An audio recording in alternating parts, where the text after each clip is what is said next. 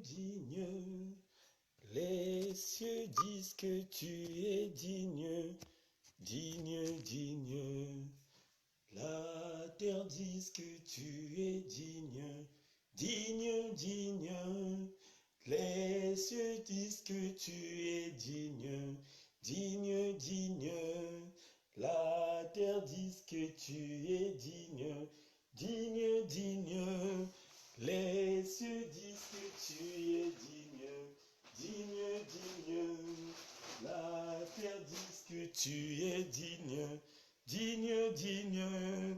Les cieux disent que tu es digne, digne, digne. La terre dit que tu es digne, digne, digne. Les cieux disent que tu es digne, digne, digne. La terre dit que tu es digne, digne, digne. Les cieux disent que tu es digne, digne, digne. La terre dit que tu es digne, digne, digne. Les cieux disent que tu es digne, digne, digne. La terre dit que tu es digne, digne, digne. Les cieux disent que tu es digne, digne, digne. La terre dit que tu es digne, Seigneur Christ. Les cieux disent que tu es digne, Seigneur Christ. La terre dit que tu es digne, Seigneur Christ. Les cieux disent que tu es digne, digne, digne. Les cieux disent que tu es digne. Seigneur, merci encore de plus. Merci, le Roi des gloires, pour le commencement, Seigneur Père, de ce début, Seigneur mon Dieu, mon Roi, de cette journée pour la prière. Merci, le Roi des gloires, pour la force que tu m'as donnée afin que je sois réellement dans la connexion divine. Merci parce que, Seigneur mon Dieu, ce n'est pas de ma volonté, Père, ô le Roi des gloires, afin de faire l'effort pour venir auprès de toi et te remercier encore de plus pour les bienfaits que tu fais dans nos vies. C'est pourquoi sois encore célébré, mon roi. Sois encore célébré, mon roi. Sois encore ovationné, mon roi. Nul n'est comparable à toi. Nul n'est comparable à toi, mon Dieu. Personne n'est semblable à toi, mon roi. Personne n'est semblable à toi, mon roi. L'honneur, la louange et la gloire te soient rendus. L'honneur, la louange et la gloire te soient rendus. Merci encore infiniment, Seigneur mon Dieu, pour le renouvellement du souffle de vie de ce matin que tu nous as permis, Seigneur, ô Père, d'être réellement en vie en ce moment, d'aller travailler, Seigneur, ô Père, dans la bonté, de marcher selon ta force et ta détermination, de manger selon ton goût et ta façon, et de faire réellement, Seigneur, mon Dieu, mon roi, tout ce que, Seigneur, ô Père, que tu as prétendu dire, Seigneur, ô Père, dans notre vie, comme c'est toi réellement qui est, Seigneur, ô Père, le lendemain. Puisque je sais que c'est toi qui es le lendemain et que toi, Seigneur Père, tu savais que le lendemain, quoi comme chose que je devrais faire et que je devrais effectuer. C'est pourquoi l'honneur, la louange et la gloire te soient rendus. L'honneur, la louange et la gloire te soient rendus. Sois encore célébré, mon roi. Sois encore célébré, mon roi. Sois encore ovationné, mon roi. Nul n'est comparable à toi, mon Dieu. Nul n'est comparable à toi, mon Dieu. Personne n'est semblable à toi, le roi des gloires. Personne n'est semblable à toi, le véritable Dieu. Personne ne peut se comparer à toi, le roi des gloires. Quand tu dis la chose, l'Éternel est la chose, Seigneur, ô Père, est faite automatiquement. Tu ne recules pas derrière, Seigneur, ô Père, de tous les bienfaits, Seigneur, ô Père, que tu proclames. Tu es un Dieu véritable et tu es un Dieu invisible. C'est toi, règne, ô Père, qui règne dans la sanctification absolue. C'est toi réellement, Seigneur mon Dieu, qui règne dans la pureté absolue. Ta parole nous dit: tu n'es pas un homme, ô Seigneur, ô Père, pour changer d'idée, et ni fils de l'homme pour se repentir. Car toi, réellement, ô Seigneur mon Dieu, la repentance, ô Seigneur, ô Père, ne règne pas, puisque tu n'es pas né dans la chair et tu n'as pas jamais connu les péchés, le roi des gloires. L'honneur, la louange et la gloire te soient rendus. L'honneur, la louange et la gloire te soient rendus. Seigneur, merci pour ta présence. Merci pour tes bienfaits. Merci pour le pardon. Seigneur, je ne peux pas dire, je ne peux pas parler, je ne peux pas rester en communion avec le trône de la grâce tant que je ne demande pas le pardon. Puisque je le sais et je le recais, Seigneur, ô Père, je ne suis pas parfait, le roi des gloires. Seul l'unique, ô Seigneur, ô Père, qui est l'agneau sans tache, Seigneur mon Dieu, c'est le seul, Seigneur, ô Père, que nous appelons par le Fils unique de Dieu, qui est né dans ton sein, le roi des gloires. Tu nous as donné et tu nous as permis de nous sanctifier chaque jour, au moment où nous sentons, Seigneur, ô Père, impurs. C'est pourquoi, Seigneur mon Dieu, mon roi, je veux plonger dans la pureté. Avant, Seigneur, ô Père, de communiquer ta pensée, je veux plonger dans la pureté. Je veux plonger, Seigneur mon Dieu, avec ce peuple dans la pureté. Nous voulons, Seigneur Père, rester purs auprès de toi, le roi des gloires. Nous voulons, Seigneur mon Dieu, mon roi, purifier nos vies, ô Seigneur mon Dieu. Tu as dit, rien d'impur ni de mensonge qui peut hériter ton royaume. Tu as dit, rien, Seigneur, ô Père, de mensonge, ni ceux qui livrent, ô Père, Seigneur mon Dieu, dans l'ignorance, dans l'ivrognerie, le roi des gloires, dans la cigarette, aux choses dévouées par interdit, qui peut rentrer dans ton royaume. C'est pourquoi, Seigneur mon Dieu, je viens auprès de toi. Mon frère André vient auprès de toi. Ma sœur Flora vient auprès de toi. La sœur Flavia vient auprès de toi. La sœur Gypsy vient auprès de toi.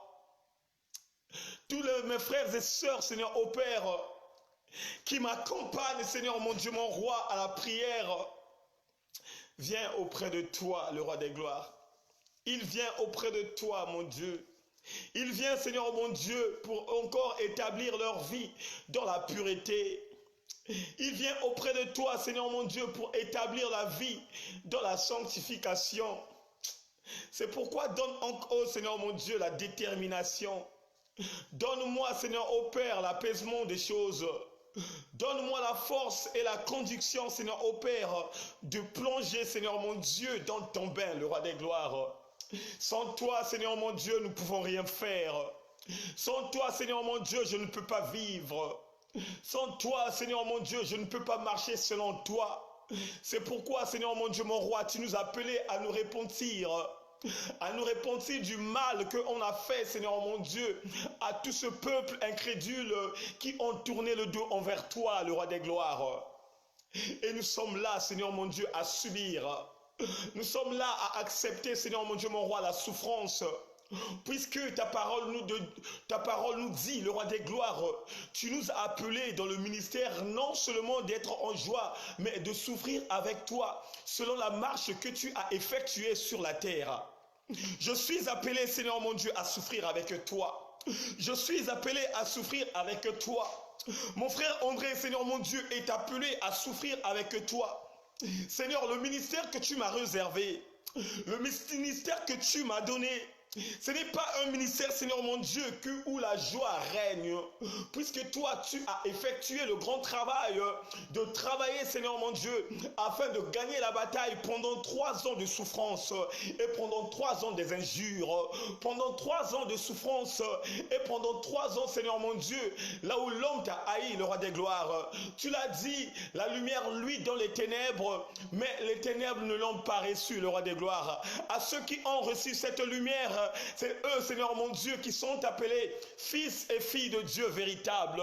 Mais à ceux, Seigneur mon Dieu, qui sont, Seigneur, ô Père, s'éloignés de la lumière, c'est ceux qui, eux, Seigneur mon Dieu, sont uniquement tes créatures que tu as créées. Mais nous, ô Seigneur Père, nous qui savons l'heure ni date, nous qui savons, Seigneur mon Dieu, mon roi, le jour de la sanctification, le jour de la pureté, le jour, Seigneur, ô Père, où nous sommes en communion fraternelle avec toi, c'est toi, Seigneur, ô Père, qui nous donne encore l'accès, Seigneur.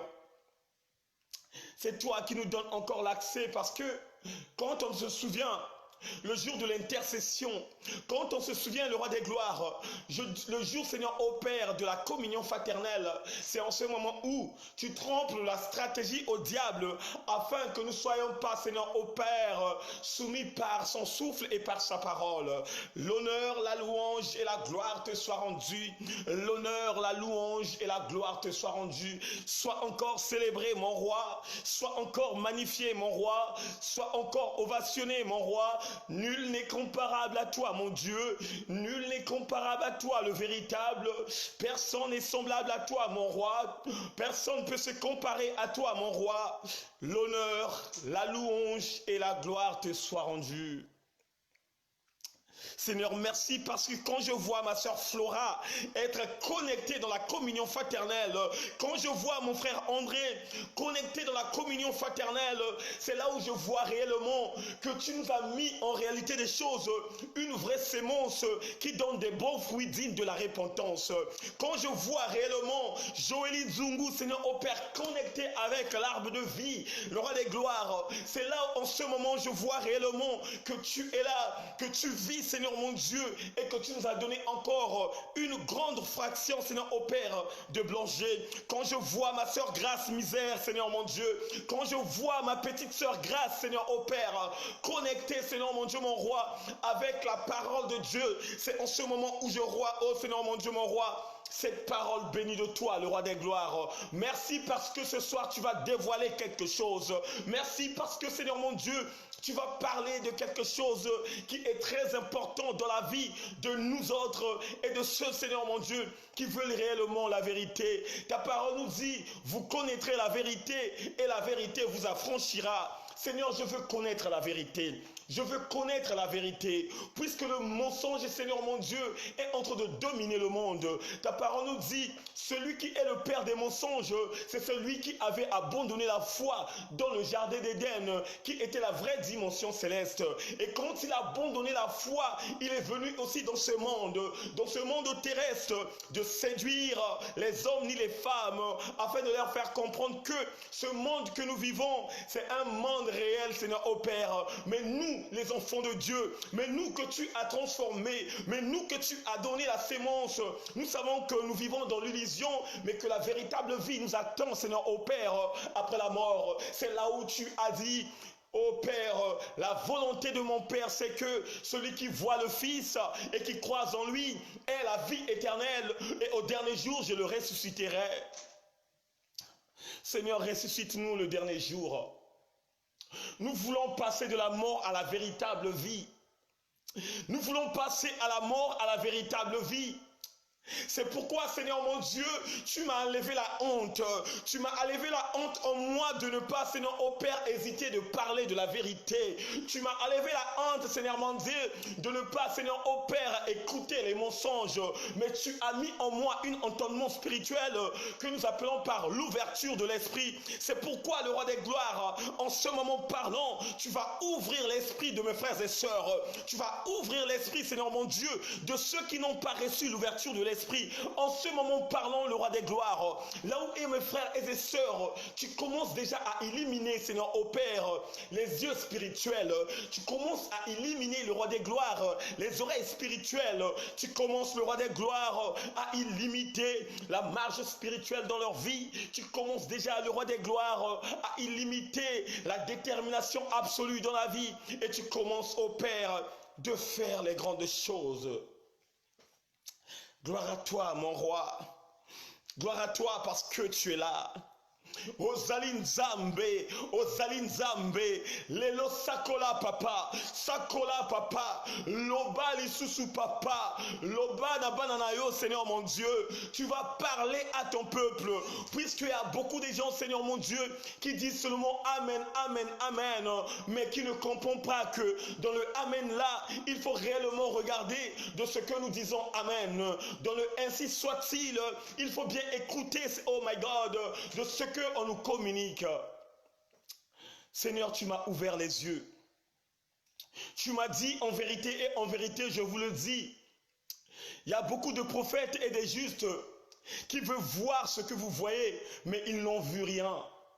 Qui veulent écouter ce que vous écoutez, ils n'ont pas entendu.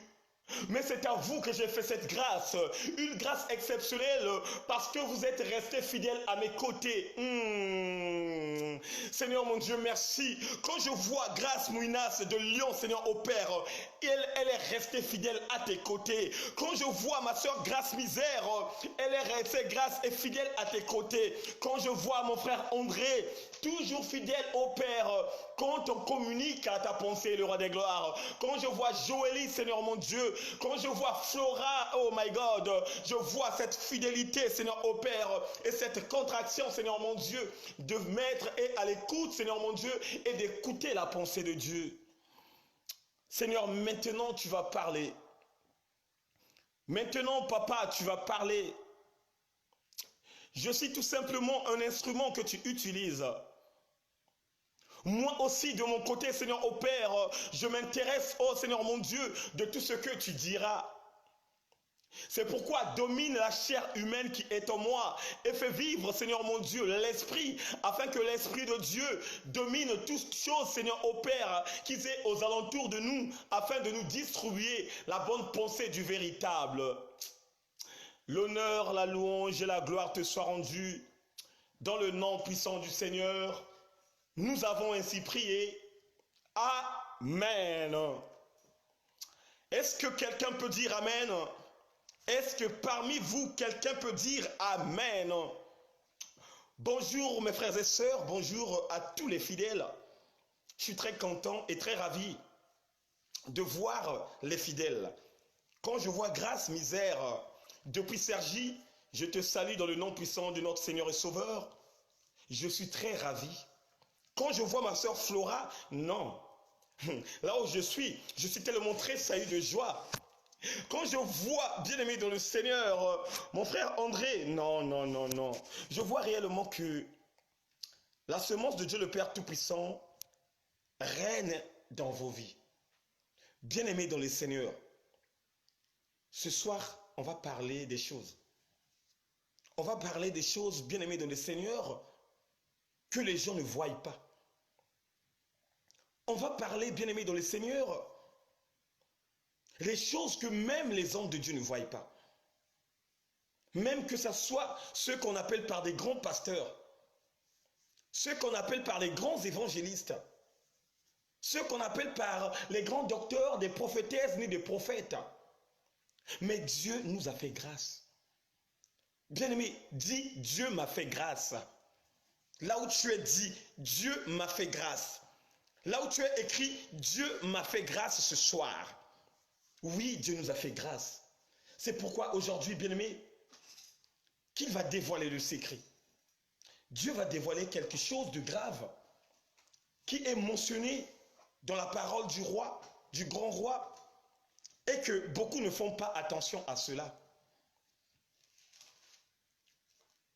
La parole de Dieu nous dit, dans le livre de Apocalypse 18, non, dans le livre de Apocalypse 22, au verset 18 et 19, la Bible dit,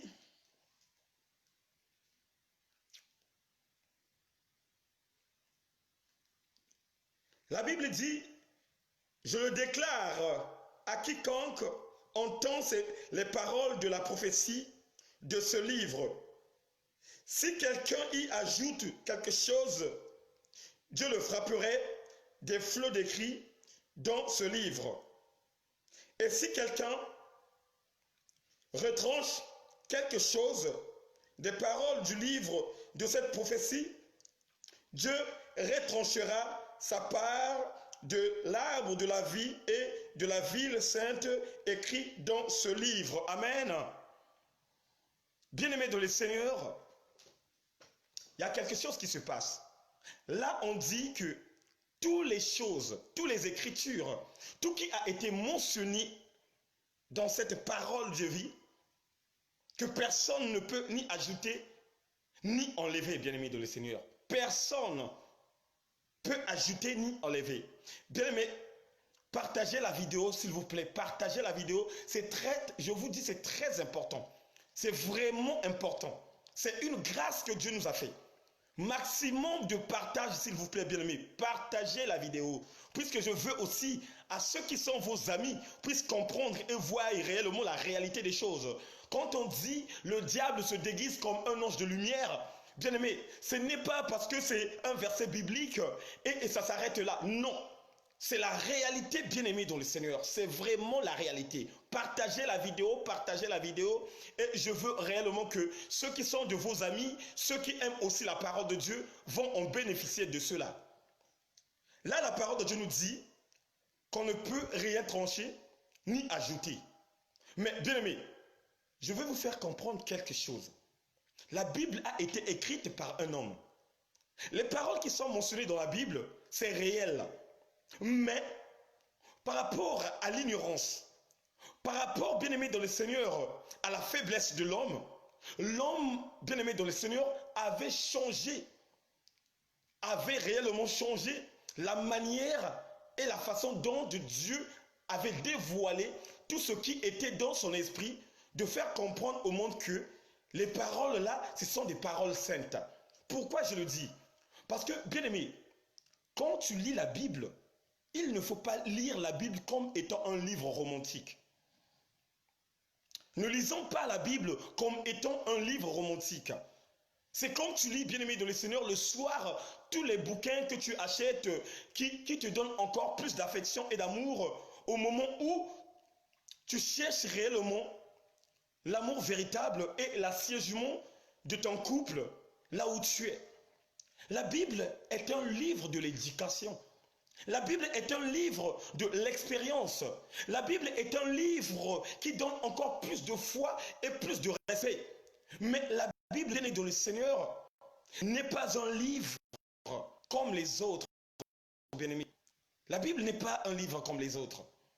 C'est un livre qui nous donne l'accès de respecter toute la marche spirituelle, qui nous donne encore le du Seigneur de respecter et de faire les choses selon la voie du Père. Mais il y a des choses qui se passent ici que même beaucoup de gens sont aveuglés. Je dis bien, beaucoup de gens sont aveuglés. Que ce soit des hommes de Dieu, que ce soit de ceux qui sont justes. La parole de Dieu nous dit que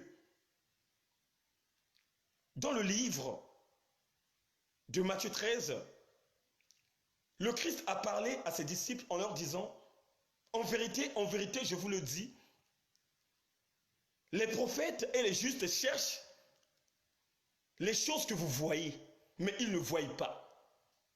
Ils cherchent à écouter ce que vous écoutez, mais ils n'écoutent pas. Puisqu'ils n'ont pas été fidèles à la parole, et quand je parle de la parole, je parle lui-même le véritable.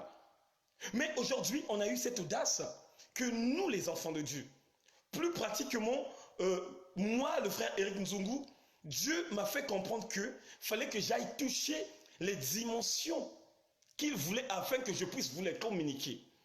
Et Dieu a réalisé ce qui est réalisable dans notre vie, bien-aimés dans le Seigneur, et dans notre assemblée. On va lire dans le livre de Luc. On va lire dans le livre de Luc 24, au verset 45.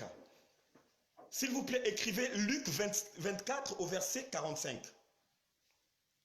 Luc 24 au verset 45. Qu'est-ce que la Bible dit?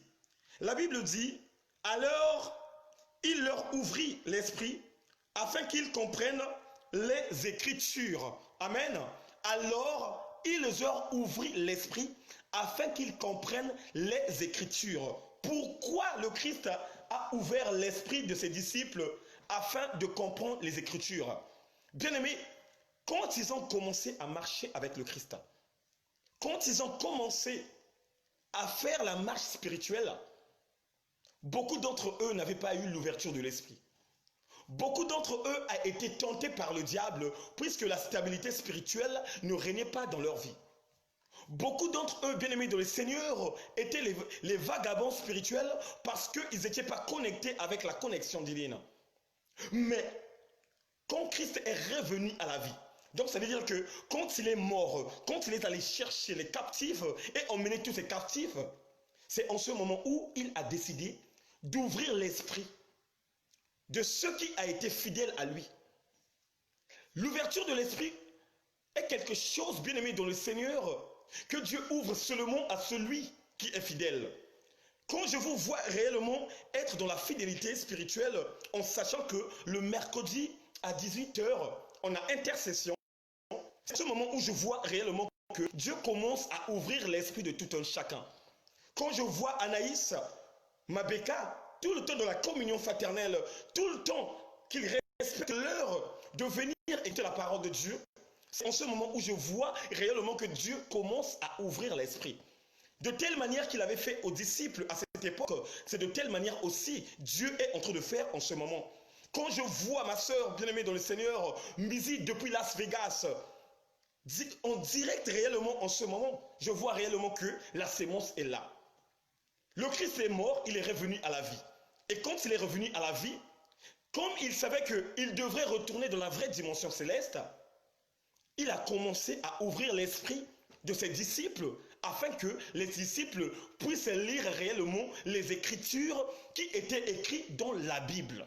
Puisque beaucoup de gens lisaient seulement les Écritures, c'était comme s'ils lisaient un livre romantique.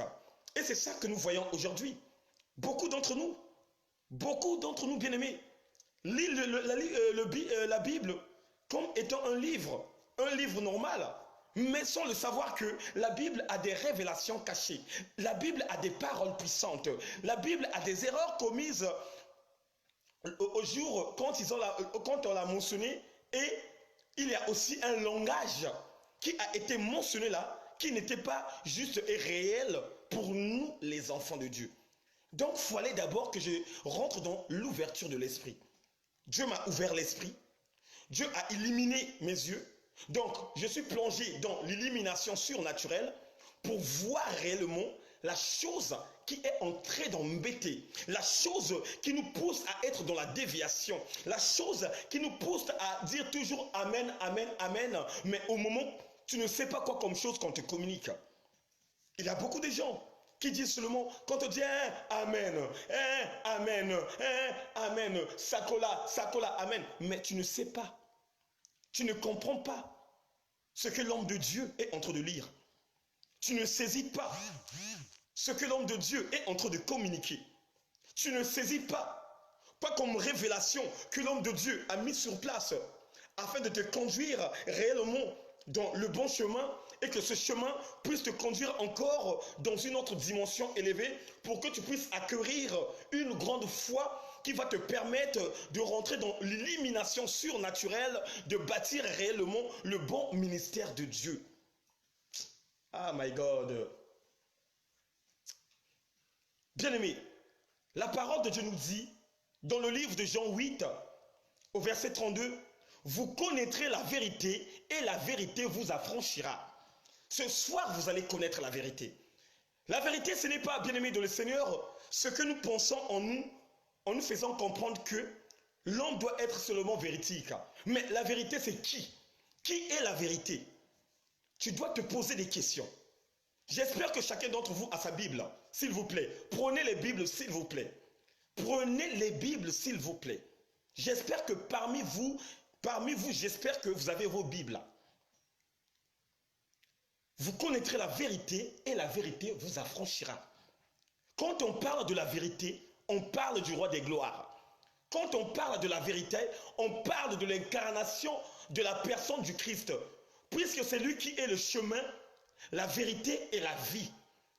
C'est lui qui s'incarne en 3 dimensions, le chemin, la vérité et la vie. Et c'est lui-même aussi qui est en train de dévoiler, vous connaîtrez la vérité et la vérité vous affranchira. Et quand il dit que vous connaissez la vérité, il parle de lui, de ce qui est mentionné dans la Bible et de ce qu'on va lire de suite. Première partie, prenons les Bibles. On va parler, bien-aimé dans le Seigneur, du roi David. On va parler, bien-aimé, de l'histoire du dénombrement et de peste des enfants d'Israël. On va aller dans le livre de 2 Samuel 24. On va commencer par le chapitre 1. Est-ce que parmi vous, quelqu'un peut écrire 2 Samuel 24, verset 1, et on va descendre jusqu'au 9. Donc 2 Samuel. Yozanzambe kolonanga seyo Yesu yo mwinda nzela ya bomo. Yozanza. Est-ce que vous êtes prêts? 2 Samuel, s'il vous plaît. Si quelqu'un a un stylo, qu'il a qu'à noter ça. Au fait, qu'il fait le signe du verset biblique qu'on va lire. On va lire dans le livre de 2 Samuel 24, on va commencer au verset 1. Écoutez très bien et soyez très attentifs. Qu'est-ce que la Bible dit? La Bible dit, la colère de l'Éternel s'enflamma de nouveau contre Israël, et il excita David contre eux en disant, va faire le dénombrement d'Israël et de Juda. Je réponds encore. La colère de l'Éternel. Donc, le premier mot, c'est la colère de l'Éternel. La colère de l'Éternel s'enflamma de nouveau contre Israël, et il excita David contre eux en disant, va, fais le dénombrement, et en disant, va, fais le dénombrement d'Israël et de Juda. On s'arrête là.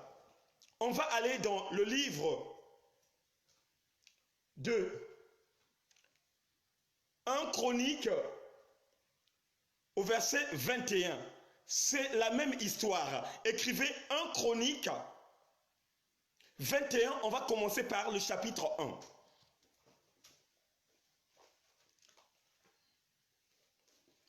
Donc, 1 Chronique 21, on commence par le premier verset.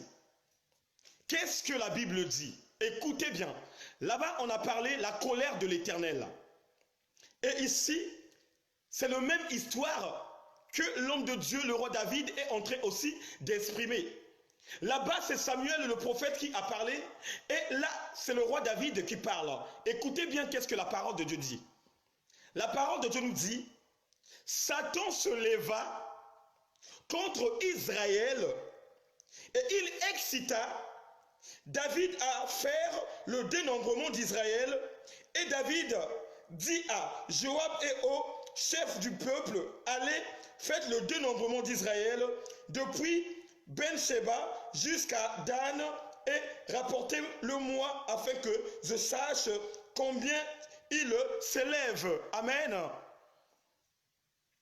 Est-ce que parmi vous quelqu'un qui a compris quelque chose avant que je rentre dans la profondeur?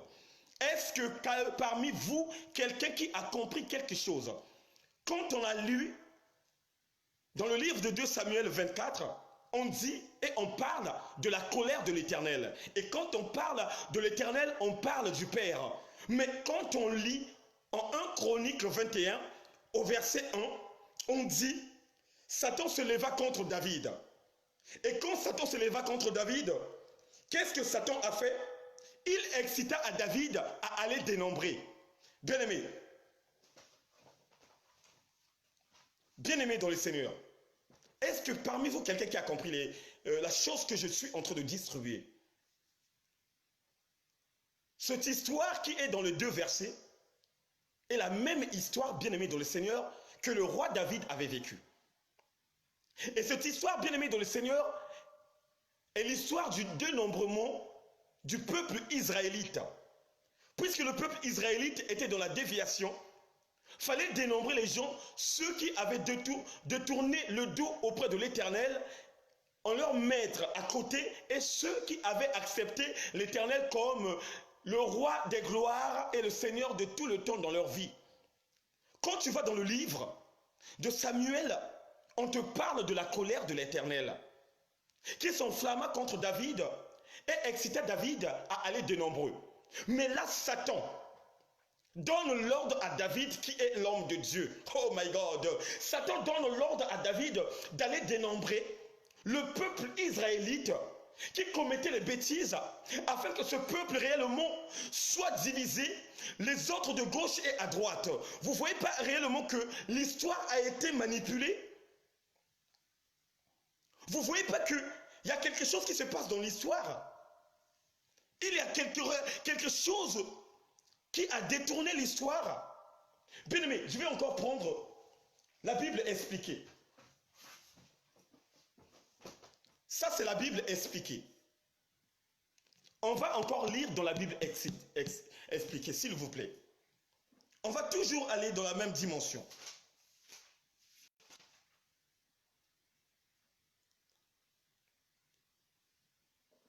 Dans la Bible expliquée, on dit, un jour, le Seigneur se mit de nouveau en colère comme les Israélites.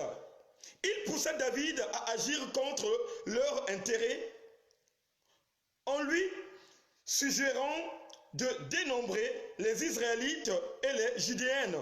Amen.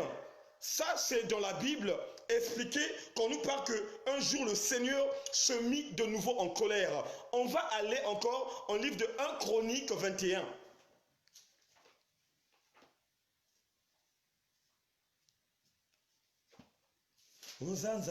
Uzanzambi solonanga seyo Yesu yo mwinda nzela ya bomoy. Écoutez encore ce qu'on dit dans le même histoire que ceux que j'ai parlé, que le jour le Seigneur était en colère. Ici, qu'est-ce qu'on dit dans le livre de la Bible expliqué? Écoutez bien. Un jour, Satan décida, hey my God, un jour, Satan décida de nuire à l'Israël en poussant David à dénombrer les Israélites. David dit à Joab et aux autres chefs de l'armée, allez recenser les Israélites du sud au nord du pays, puis venez me faire voir le rapport. Bien-aimés, à quel jour, bien-aimé, que Satan a eu l'audace de dire à David d'aller dénombrer le peuple de Dieu? À quel jour? À quel jour et à quelle nuit où David a entendu la voix de Satan? Ça veut dire qu'il a su que non, ça c'est Satan qui me parle, qui me donne les ordres d'aller dénombrer, d'envoyer Joab. Et Joab fait le recensement. Et Joab vient encore me donner ce qu'il a fait du travail que Satan, qui est le maître de David, lui a commandé. Vous ne voyez pas que ces deux histoires, ce sont des histoires qui ont été manipulées? Ces deux histoires a quelque chose qui est en train de taponner, puisque nous disons que, en réalité de choses, la Bible est un livre sacré. La Bible est un livre respectueux. Mais tant que tu n'as pas l'ouverture de l'esprit, tant que tu n'as pas encore eu l'illumination surnaturelle, tu ne peux pas voir, bien-aimé dans le Seigneur, ce qui a été mentionné ici. Bien-aimé, c'est grave. C'est grave, bien-aimé. C'est vraiment grave. Dieu a donné l'ordonnance à David, oui, parce que Dieu était en colère. Parce que Dieu avait donné cette reine à David d'être au commandement de tout Israël.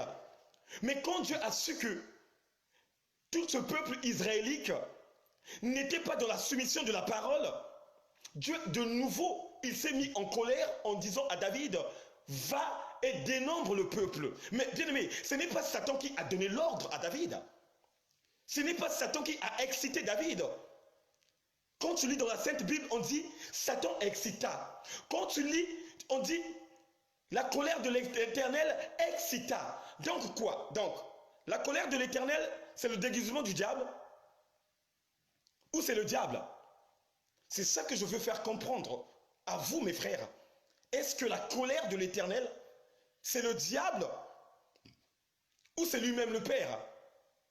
Puisqu'il y a beaucoup de choses, bien aimées dans le Seigneur, qui sont cachées, que Satan, bien aimé, a aveuglé les yeux des justes, les yeux, bien aimés, dans le Seigneur, des hommes de Dieu, les yeux des frères et sœurs, de ne pas voir en réalité la vérité qui se cache derrière la vérité. C'est une histoire, bien aimé, dans le Seigneur, qui est vraie. C'est une histoire qui est passée, bien aimé, il y a je ne sais pas combien de milliers des années, combien de milliers des siècles.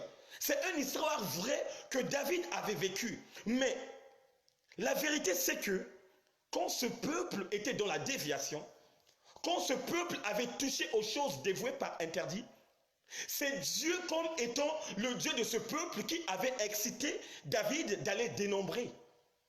Mais ce n'était pas Satan. Ce n'était pas Satan, puisque déjà dans cette dimension, David a pris l'empereur de marcher selon la voie de Dieu. David a pris, bien aimé, les griffes. David a fait grandir sa foi.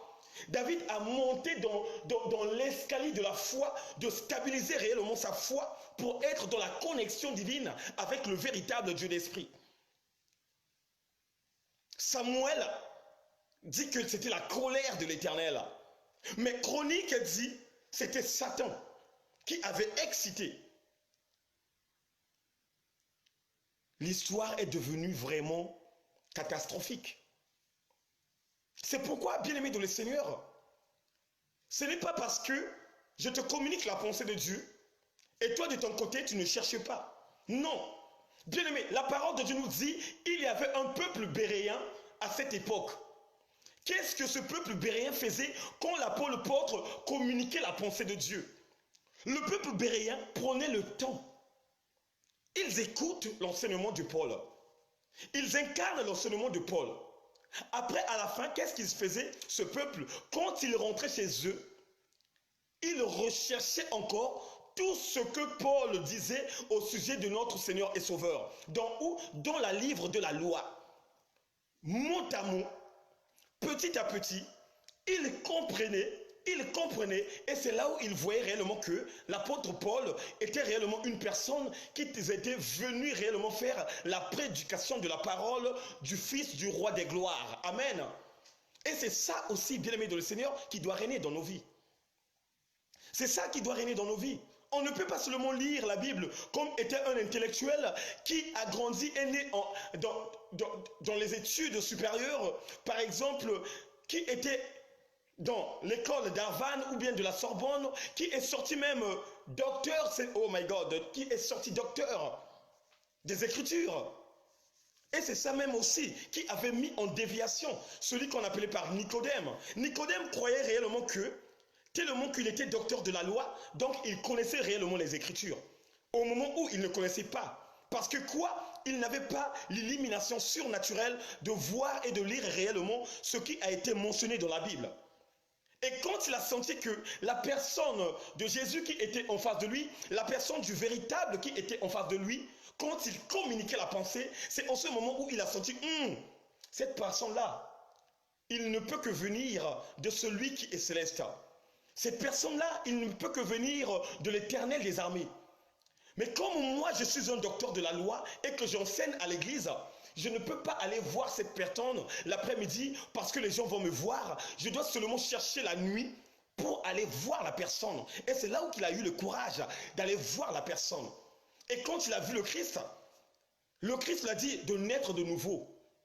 Il a pensé des choses réellement que même toi et moi, que nous ne pouvons pas penser. Il répond à Christ, comment ça se fait que moi, qui ai avancé d'âge, que je puisse encore retourner dans le ventre de ma maman? C'est impossible. Et c'est là où Christ a dit, même toi qui enseigne la parole de Dieu, même toi qui as incarné la vie du Christ, tu ne comprends pas cela parce qu'il n'avait pas l'ouverture de l'esprit. Il n'avait pas l'ouverture de l'esprit. Seul l'unique, ceux qui ont incarné l'ouverture de l'esprit, c'est ceux qui sont fidèles à côté du roi des gloires. C'est pourquoi, bien-aimés dans le Seigneur, prenons le temps de lire la Bible. Prenons le temps de lire la Bible. Et quand même tu pries, il faut toujours demander à Dieu, avant même de lire la Bible, il faut toujours demander à Dieu à illuminer tes yeux. À illuminer tes yeux, que tes yeux voient réellement les Écritures. Puisque quand il est revenu à la vie, il a compris que ses disciples ne voyaient pas toutes les Écritures qui a été mentionnées dans la Bible. C'est là où même quand il s'est présenté dans la synagogue en disant maintenant les Écritures que celui qu'on appelait par le prophète Ésaïe avait mentionné est accompli. Les pharisiens, les Sanhédrins sont acharnés contre lui. Comment ça il peut dire cela? Ce n'est pas le fils de Joseph, ce n'est pas le fils du charpentier, ce n'est pas le fils de Marie. Et c'est lui qui vient dire que non, ce que le prophète Ésaïe avait mentionné est accompli. Parce que quoi? Parce qu'il n'avait pas l'illumination surnaturelle de voir ce que le Christ voyait. Et c'est là où il a eu cette audace de dire à ses disciples, vous avez eu cette audace de voir ce que même les justes ne voient pas. Beaucoup, je vous le dis en vérité, beaucoup de pasteurs, il y a beaucoup de pasteurs. Il y a beaucoup de pasteurs qui marchent dans la justice, dans ce monde que nous vivons. Il y a beaucoup des hommes de Dieu qui marchent dans la justice, qui lisent la Bible de A à Z, qui prennent même le temps de lire. Mais jusqu'à présent, ils n'ont pas vu ce que nous lisons dans la Bible. Ils n'ont pas vu ça. Puisqu'il y a beaucoup de gens qui lisent la Bible normalement comme étant un livre romantique, comme étant un livre de conseils. Mais il a oublié que les paroles qui sont mentionnées là, ce sont les paroles bénies de Dieu. Mais dans ces paroles bénies de Dieu, il y a quelque chose qui s'est passé où l'homme a tâtonné, où l'homme a falsifié l'histoire. Là, c'est l'histoire qu'on devient falsifier, bien-aimé. C'est l'histoire qu'on devient falsifier. Dieu a parlé et de l'autre côté, Satan a parlé. Satan a excité qui? A excité David comme étant son fils unique. Mais Dieu a excité David comme étant son fils d'aller dénombrer, puisque c'est Dieu qui avait nommé David comme étant roi d'Israël. Est-ce que Satan avait le droit de faire cela? Est-ce que c'est Satan qui avait mentionné à David que c'est toi réellement que tu dois dénombrer en utilisant mes ordres que je te donne? Attention, bien-aimés, lisons la Bible avec détermination. Lisons la Bible avec l'ouverture de l'esprit. Tu ne peux pas marcher avec Dieu avec la fermeture de l'esprit. Ça veut dire que mais il y a sentir attaque qui moment si bien ressentir. Donc, bien aimé, fais-t-on attention. L'histoire de Samuel, donc de 2 Samuel 24, et l'histoire de 1 Chronique, et Zakaka histoire Moko. C'est la même histoire. Mais, dans la même histoire, les choses ont tâtonné. De l'autre côté, on te parle de la colère de l'Éternel, et de l'autre côté, on te parle de Satan qui ordonne à David. Vous connaîtrez la vérité, et la vérité vous affranchira. Ce n'est que la vérité, demi. Ce n'est que la vérité. Puisque Christ avait dit, à cette époque même, quand vous lisez la parole, quand vous lisez la Bible, lisez ça avec intelligence. Puisqu'il savait que dans les Écritures, il y aura un moment aussi, ils vont rajouter leur truc à eux. Ils vont écrire ce qui dépend d'eux, parce que la plupart des temps, les gens qui mentionnent, les gens qui écrivent, la majorité des gens, ce sont des païens. Ce sont des gens qui travaillent dans les entreprises, ce sont des gens qui travaillent dans les librairies, là où on écrit, là où on fait tout cela, pour faire quoi? Pour gagner un peu de plus. Puisque la Bible a été vendue. Quelque chose qui devrait être partagé aujourd'hui est rentré dans le commerce. Attention, c'est très dangereux. Ça, c'est la première partie. On va rentrer dans la deuxième partie.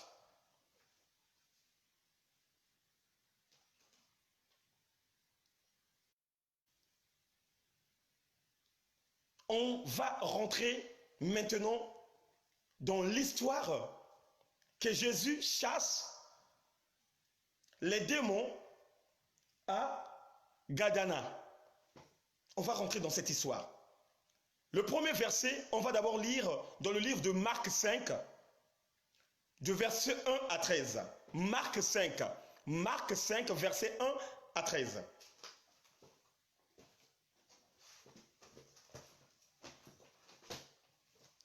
On va lire dans le livre de Marc. Est-ce que quelqu'un peut écrire Marc 5, s'il vous plaît, verset 1? Yozanzambi Marc 5 au verset 1, s'il vous plaît. Merci. Écoutez bien la parole de Dieu. Écoutez bien et soyez attentifs avec vos Bibles. Qu'est-ce que la parole de Dieu nous dit? La parole de Dieu nous dit, ils arrivèrent sur l'autre bord de la mer, dans le pays des Gadaréniennes. Aussitôt que Jésus fut hors de la barque, il vint au-dedans de lui un homme sortant des sépulcres et possédé d'un esprit impur. Un homme, écoutez-moi bien, un homme qui sortait dans les sépulcres, qui était venu à la croisade du Christ. Un homme. Cet homme avait sa demeure dans les sépulcres et personne ne pouvait plus le lier, même avec les chaînes. Car souvent, il avait eu les fers aux pieds et avait été lié de chaînes, mais il avait rompu les chaînes et les brisé les fers, et personne n'avait la force de le dompter. Il était sans cesse, nuit et jour, dans les sépulcres et sur les montagnes, criant et se meurtrissant avec des pierres. Ayant vu Jésus de loin, il accourut, se prosterna devant lui et cria d'une voix forte, « Qu'il a-t-il entre moi et toi, Jésus, fils de Dieu très haut?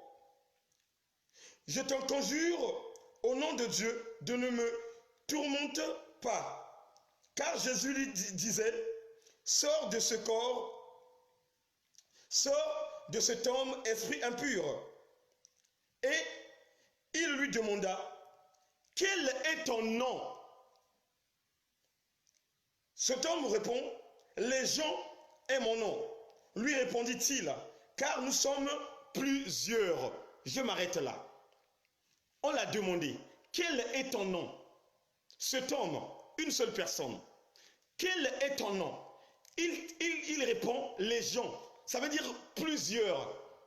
Donc, Légion est mon nom. Donc, ça veut dire que dans ma vie, je suis envoûté de plusieurs démons. La parole de Dieu nous dit, quand l'esprit impur sort de la vie d'une personne, ça va dans un coin où il se repose. Et quand il se repose, il vient encore regarder si son ancienne maison a une ouverture de la porte afin de rentrer. Mais quand il trouve que la porte, elle est toujours fermée, qu'est-ce qu'elle fait? Il retourne dans son endroit, là où il se repose. Mais le jour où il verra que la grande porte, elle est ouverte, il prendra son temps d'aller chercher 7 plus grands démons que lui, de venir faire quoi? De venir envahir cette maison. Et quand il vient envahir cette maison, qui est le corps que tu portes et que je porte, tous les démons qu'il emmène dans ce corps s'appellent par légion. Et c'est ça que l'homme dit que je m'appelle légion. Écoutez bien, là on a lu ça dans le livre de Marc 5 au verset 1 jusqu'au 13. On va lire ça dans le livre de Luc 26 à 30. C'est la même histoire, bien-aimés. Soyez attentifs. Donc Luc 8,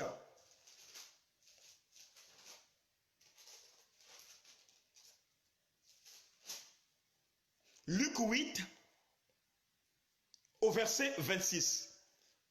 Qu'est-ce que la parole de Dieu nous dit? La parole de Dieu nous dit, ils abordèrent dans le pays des Géraséniens. Là, ça n'est plus Guétérédé. Là, c'est maintenant Gérasénien qui est vis-à-vis de la Galilée. Lorsque Jésus fut descendre à terre, il vint au-devant de lui un homme de la ville qui était possédé de plusieurs démons. Depuis longtemps, il ne portait point de vêtements et avait sa demeure non dans une maison, mais dans les sépulcres. Ayant vu Jésus, il poussa un cri et jeta ses pieds et dit d'une voix forte, Qui a-t-il entre moi et toi, Jésus, le Fils du Dieu vivant, du Très-Haut? Je t'en supplie, ne me tourmente pas, car le Christ commandait à l'esprit impur de sortir de ce tombe dont il s'était emparé depuis longtemps. On le gardait lié de chaînes et de fers aux pieds, mais il rompait les liens et il était entraîné par le démon dans les déserts. Jésus lui répondit, quel est ton nom? Il répond, Légion, répond-il, car plusieurs démons étaient entrés en moi. Il dit, je m'appelle Légion. Je m'appelle Légion car plusieurs démons étaient rentrés dedans de moi. Ça, c'est Luc qui parle de ça. On a d'abord parlé de Marc, maintenant ça c'est Luc qui parle. Bon, écoutez maintenant ce que Matthieu va dire. On va lire dans le livre de Matthieu 8 au verset 28. Dans le livre de Matthieu. Après vous allez comprendre.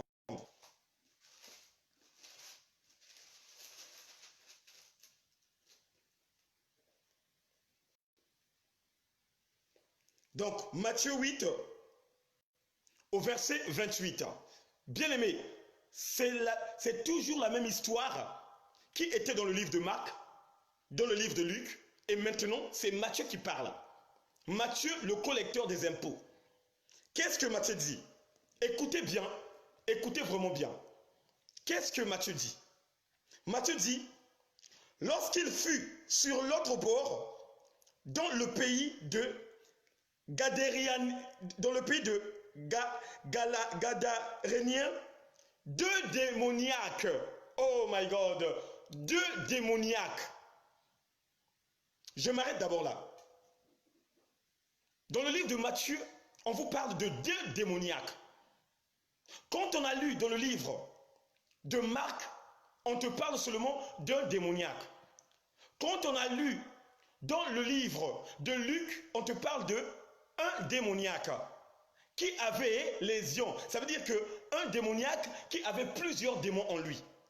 Mais quand on lit dans le livre de Matthieu, on parle de deux démoniaques. Ça veut dire que deux personnes. Là, l'histoire est devenue compliquée. Là, l'histoire est devenue compliquée. Puisque Matthieu a été enseigné par Jésus. Luc a été enseigné par Jésus. Marc a été enseigné par Jésus. Je vais vous dire quelque chose. Aujourd'hui, beaucoup de gens ne comprennent pas quand on parle de l'évangile selon saint Marc, l'évangile selon saint Matthieu. Quand on parle de l'évangile, ça veut dire qu'on parle de l'enseignement du Christ selon Marc. Ça veut dire que ce que Christ a enseigné à Marc, ce que le Christ a enseigné à Matthieu, ce que le Christ a enseigné à Luc. Donc, l'histoire là a été enseignée par le Christ. Et quand le Christ a enseigné cette histoire, il a enseigné ça à Marc, il a enseigné ça à Matthieu, il a enseigné ça à Luc. Mais, avec la révélation que l'Éternel m'a donnée, avec l'ouverture de l'esprit que Dieu m'a donnée, le Christ ne peut pas expliquer. Écoutez-moi bien. Celui que nous appelons par l'agneau sans tache ne peut pas expliquer une histoire qui peut réellement être l'histoire à deux tranchants. Ça veut dire, de l'autre côté, il parle d'une personne qui sort dans les sépulcres. De l'autre côté, il parle d'une personne qui sort dans les sépulcres. Et de l'autre côté, il parle de deux personnes. Bien-aimés dans le Seigneur. Vous ne voyez pas qu'il y a quelque chose qui t'attend dans cette histoire? Est-ce que vous ne voyez pas qu'il y a quelque chose qui t'attend dans cette histoire? Avec Luc et Marc, ils parlent d'un démon qui a une maison dans les sépulcres. D'un démon qui habite dans les sépulcres. Mais quand ils voient le collecteur des impôts, ils parlent de deux. Donc, il n'y a plus qu'un seul, mais il y a deux. On va continuer, bien-aimés. Il dit, lorsqu'il fut sur l'autre bord, dans le pays de Gadaréniens, deux démoniaques sortant des sépulcres. Deux démoniaques sortant de sépulcres. Écoutez bien. Virent au-devant de lui. Il était si furieux que personne n'osait pousser par là. Et voici, ils se crièrent, qu'y a-t-il entre nous et toi? Nous. Donc nous deux. Parce qu'au début, on a dit qu'ils étaient à deux. Et quand ils ont vu le Christ, ils ont crié en disant, qu'il y a-t-il entre nous et toi? Fils de Dieu, es-tu venu ici pour nous tourmenter avant le temps? Il y avait loin d'eux un grand troupeau de pourceaux qui poussaient. Les démons priaient Jésus en disant, si tu nous saches, envoie-nous dans les troupeaux de pourceaux. Il leur dit, allez, ils sortirent et entrèrent dans les troupeaux. Bien-aimés dans le Seigneur, pour vous dire que quand on lit la Bible, il faut lire avec l'ouverture de l'esprit. Quand on lit la Bible, il faut réellement chercher que cette histoire a été mentionnée avec une histoire qui est accompagnée avec un homme de Dieu qui a vécu selon la parole de Dieu. Souvent, quand tu lis les versets, en dessus, on met les versets. Quand tu lis l'histoire, par exemple, là, on a écrit les faux prophètes. Sur les faux prophètes, là, vous voyez, là, il y a des versets bibliques qui sont mentionnés là. Donc, quand tu lis l'histoire, il faut toujours encore chercher à lire le verset qui est mentionné en haut, parce que ce même histoire aussi a été dévoilée à cette personne qu'on a mentionnée. Et quand tu lis ça, tu dois aller chercher dans l'autre verset quoi comme chose qu'on a dit, selon ce que Marc a écouté auprès du véritable. Et c'est ça, bien-aimé dans le Seigneur, que tu dois faire les recherches. Bien-aimé, ce soir, je vais faire comprendre que tu dois être réellement un enfant de Béret. Un enfant de Béret qui cherche, qui ne vient pas seulement écouter la parole, qui ne vient pas seulement mettre les j'aime, mais qui veut réellement savoir la vérité. Christ nous a dit, vous connaîtrez la vérité et la vérité vous affranchira. Mais pour connaître la vérité, il faut réellement chercher qui est la vérité.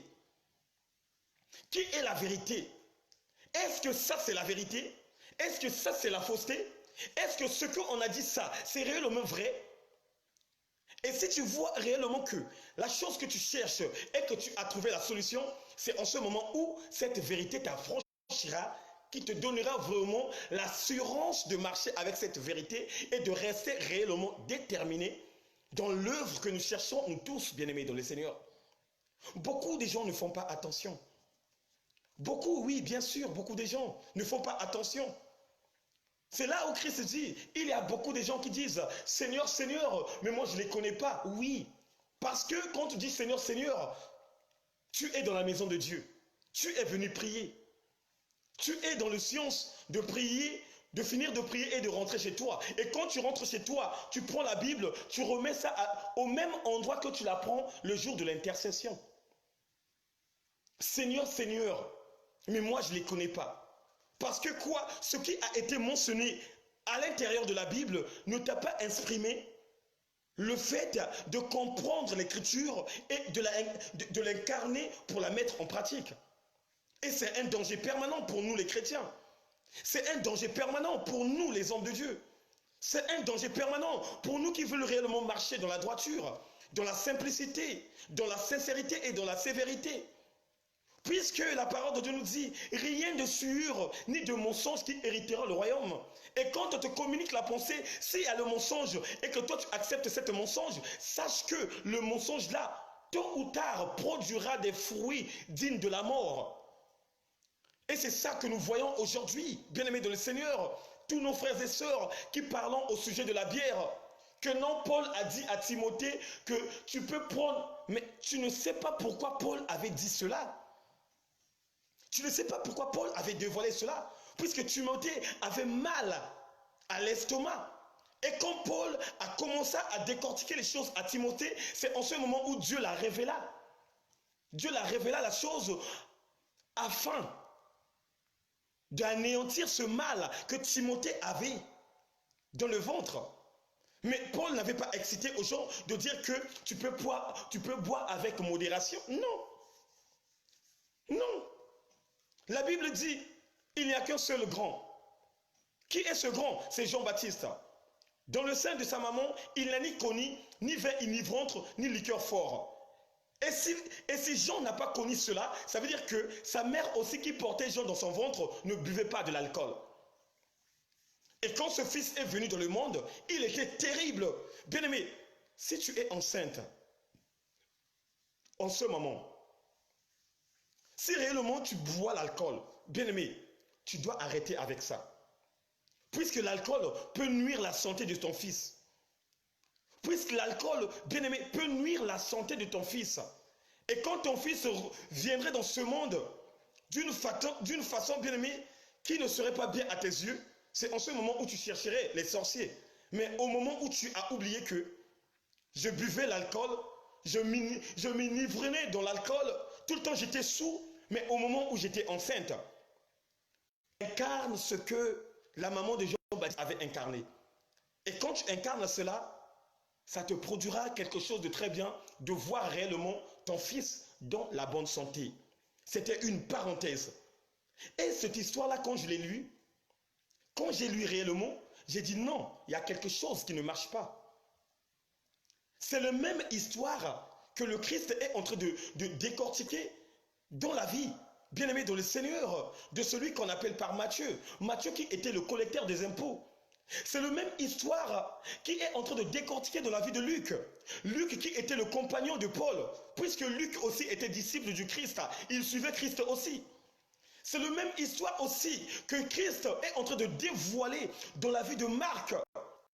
Mais si le Christ a dévoilé cette vie à Marc, à Matthieu et à Luc, en réalité des choses que il devrait toujours avoir une même parole. Ça veut dire qu'il devait tout simplement dire la même chose qu'il avait dit à Luc, la même chose qu'il avait dit à Marc et la même chose qu'il avait dit à Matthieu.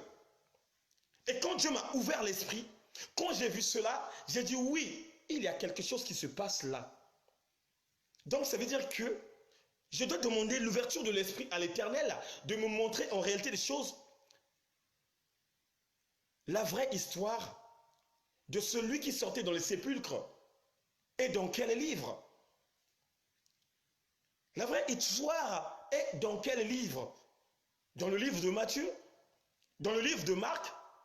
Ou dans le livre de Luc? C'est à moi maintenant de demander la volonté de Dieu.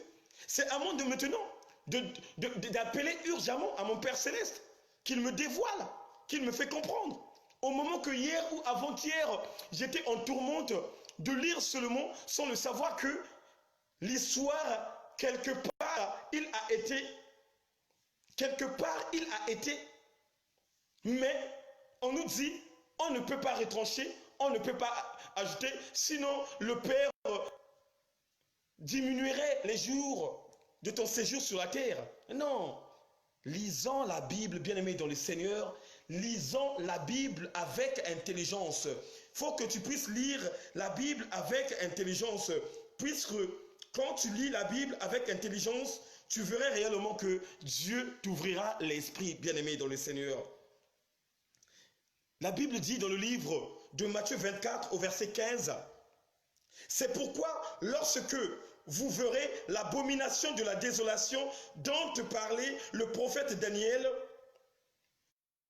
établir en lieu saint, que celui qui lit fasse attention. Oh my God, que celui qui lit fasse attention. Ça c'est dans Matthieu 24 qu'il dit. Il dit bien, c'est pourquoi lorsque vous verrait l'abomination de la désolation, dont a parlé le prophète Daniel, établi en lieu saint, que celui qui lit, oh my God, comment je peux t'adorer, mon roi? Comment je peux t'adorer, mon roi? Oh, comment je peux t'adorer? Comment je peux t'adorer?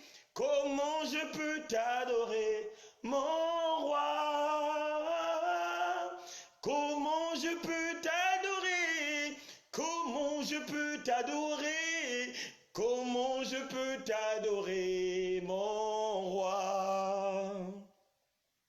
Il nous dit, le Christ, dans le livre de Matthieu 24, au verset 15, il nous dit tellement bien. C'est pourquoi lorsque vous verrez l'abomination de la désolation dont a parlé le prophète Daniel, établi en lieu saint, que celui qui lit fasse attention. Bien-aimé, toi qui lis la Bible, il faut que tu fasses attention. Il y a des paroles, bien-aimé, qui ont été scellées dans la Bible. En réalité, les choses, ce sont des rajouts que l'homme a rajoutés à l'intérieur. Ce n'est pas moi qui a dit cela, c'est Christ qui a dit. Et quand il a dit cela, parce qu'il savait, tôt ou tard, la Bible serait façonnée. Et quand il savait cela, il savait, tôt ou tard, il y aura des hommes qui vont rajouter, qui vont formuler leur français à eux-mêmes. Il parle de l'abomination de la désolation. Cette abomination qui était arrivée à l'époque de Daniel. Quand l'archange Michel, quand il était venu pour intervenir à ceux qui étaient dans la désolation. Et c'est ça, bien-aimé, qu'il nous parle. Bien-aimé, là où tu es, bien-aimé, quand tu lis la Bible, reste connecté. Quand tu lis la Bible, reste connecté. Ne lis pas la Bible comme étant un livre normal, un livre naturel, un livre qui te fait passer le temps. La Bible n'est pas là à te faire passer le temps, mais la Bible est là à te faire comprendre les choses célestes et à te donner encore l'opportunité d'être réellement un fils, une fille du véritable qui va plonger dans la révélation. Et nous sommes les révélationnels, nous sommes des enfants de Dieu et nous devons lire la Bible avec intelligence. Donc c'est pour cela, bien-aimés dans le Seigneur, lisons la Bible avec intelligence. Ne soyons pas réellement de ceux qui ne connaissent pas lire avec intelligence, puisque la parole de Dieu nous dit, Jean n'était pas à l'école, Pierre n'était pas à l'école, Jacques n'était pas à l'école. Leur vie, ils ont passé ça dans les bords de la mer. Faire quoi? Pêcher les poissons. Mais il y a quelque chose qui s'est passé dans leur vie. Le moment où le Fils de Dieu leur a choisi, le moment où le Fils de Dieu leur a conduit, bien-aimés dans le Seigneur, de rentrer dans la profondeur. Ça veut dire de chercher la volonté de Dieu. C'est en ce moment où Dieu a ouvert l'esprit. Dieu n'était pas à la Sorbonne. Dieu n'était pas, bien-aimés dans le Seigneur, dans les grandes écoles qui sont ici en France, aux États-Unis, au Canada, partout dans le monde. Mais il était tout simplement qu'un pêcheur qui pêchait les poissons pour nourrir sa famille, pour nourrir aussi ceux qui venaient acheter. Mais quand ils ont croisé le Christ a dit que maintenant tu ne serais plus pêcheur de poissons, mais je te transforme en pêcheur d'hommes. Et ce pêcheur d'hommes qu'il avait transformé, automatiquement, il lui avait donné la véritable intelligence pour aller parler au peuple. Et cette véritable intelligence, c'est ça aussi qu'il m'a donné encore cette opportunité d'aller trouver, d'aller chercher et trouver ce qui n'est pas réellement bien pour nous les enfants de Dieu.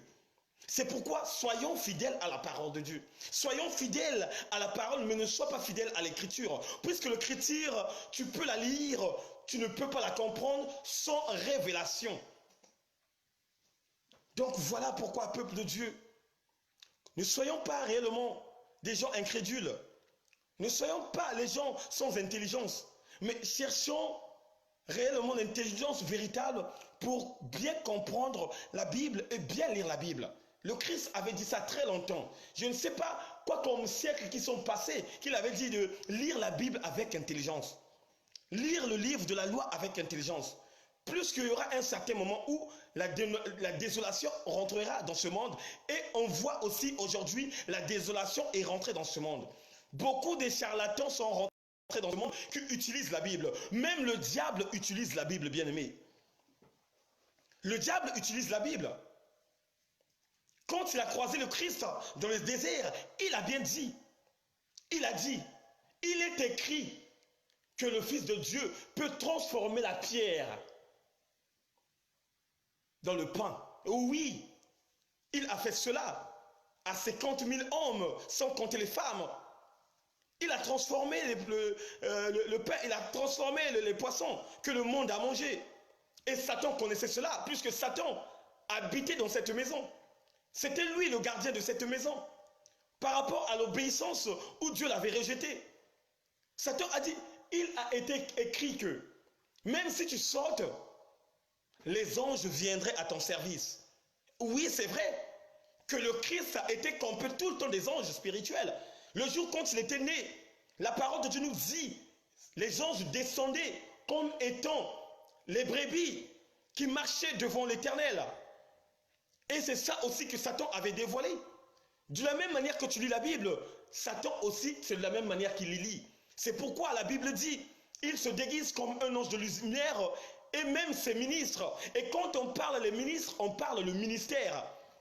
Puisqu'aujourd'hui, à 100%, peut-être on peut en avoir 20% qui sont de Dieu et 80% qui ne sont pas de Dieu. Il te fait comprendre qu'il marche avec le Seigneur, mais au moment où le déguisement est derrière son dos. Il te fait comprendre qu'il marche avec Dieu, mais au moment où le mensonge est là.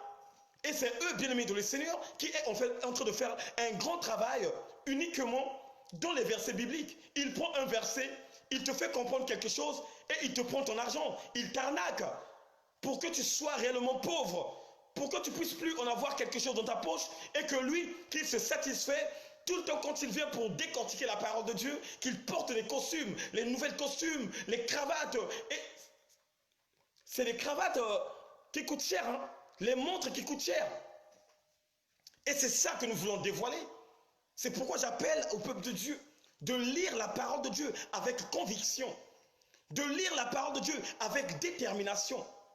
Il y a encore un sujet qu'on va parler, un sujet que même les gens ne comprennent pas jusqu'aujourd'hui, un sujet que même les gens rejettent quand on parle de Dieu jaloux. Oh! Bien-aimé dans le Seigneur, est-ce que Dieu peut être jaloux? Est-ce que quelqu'un peut me répondre s'il vous plaît? Est-ce que Dieu peut être jaloux? Jaloux de qui? Dieu est jaloux. Dieu est jaloux. Jaloux de qui? Qui dépasse Dieu dans ce monde? Qui? Qui dépasse Dieu dans ce monde? Quand je parle de Dieu, je parle du véritable. Qui le dépasse? Qui? Oh, c'est un Dieu jaloux. C'est un Dieu jaloux. Bien-aimé, je veux que Dieu vous ouvre l'esprit. Je veux que Dieu illumine votre yeux spirituel.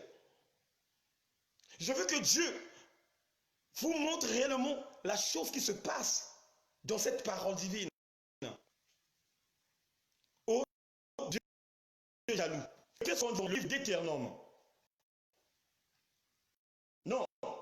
Dans le livre de Nombre 23 au verset 19. Est-ce que quelqu'un parmi vous peut écrire Nombre 23 au verset 19, s'il vous plaît?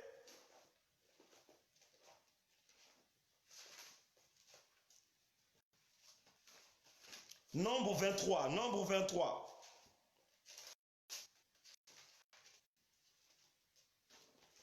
Écoutez bien la parole de Dieu, qu'est-ce qu'il dit?